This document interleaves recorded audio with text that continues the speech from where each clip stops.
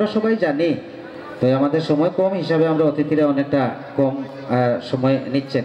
অসংখ্য ধন্যবাদ। এ পর্যায়ে সংক্ষিপ্ত আকারে বক্তব্য নিয়ে আসার জন্য বাংলাদেশ জাতীয়তাবাদী দল সিলেট মহানগরের আহ্বায়ক মহোদয় জনাব শফিকুল ইসলাম স্বপন সাহেবকে বিনীতভাবে আহ্বান করছি। আউযু বিল্লাহি মিনাশ শাইতানির রাজিম।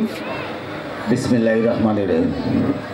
আজকের এই মাতৃভাষা দিবস উপলক্ষে আজকের আয়োজিত এই অনুষ্ঠানের প্রধান অতিথি আমাদের অতি প্রিয় নেতা, যিনি দীর্ঘদিন আওয়ামী লীগের অত্যাচার, এমনকি জাতীয় পার্টির অত্যাচার পর্যন্ত থেকে রেহাই পান নাই বিভিন্ন সময়, সেই আমাদের জনাব হুমায়ুন কবির শাহীন ভাই বিশেষ অতিথি, আমার প্রিয় বন্ধু কৃষক দলের সভাপতি মুক্তার আহমদ বকুল ভাই, আর অন্যান্য যতজন উপস্থিত হয়েছেন সবাইকে আমার সময়ের স্বল্পতার কারণে শর্ট করতেছি। যাই হোক, আমরা এই বিগত 17 বছর পরে যে জাতীয়তাবাদী দলের লোকজন উপস্থিত হতে পেরেছি, মহান আল্লাহ পাকের কাছে শুকরিয়া আদায় করছি।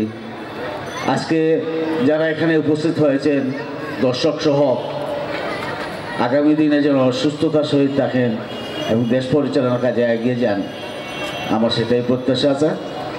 আর আমি কিছুই বলবো না, আমার বলার চেয়ে বিজ্ঞ ওনারা রয়েছেন, মূল্যবান বক্তব্য শুনবেন আমাদের প্রধান অতিথি সহ অন্যান্য কাজ সাথে। আমি সবাইকে সংগ্রামী শুভেচ্ছা জানিয়ে আমি আমার বক্তব্য শেষ করছি। ধন্যবাদ। বাংলাদেশ জাতীয়তাবাদী দল জিন্দাবাদ।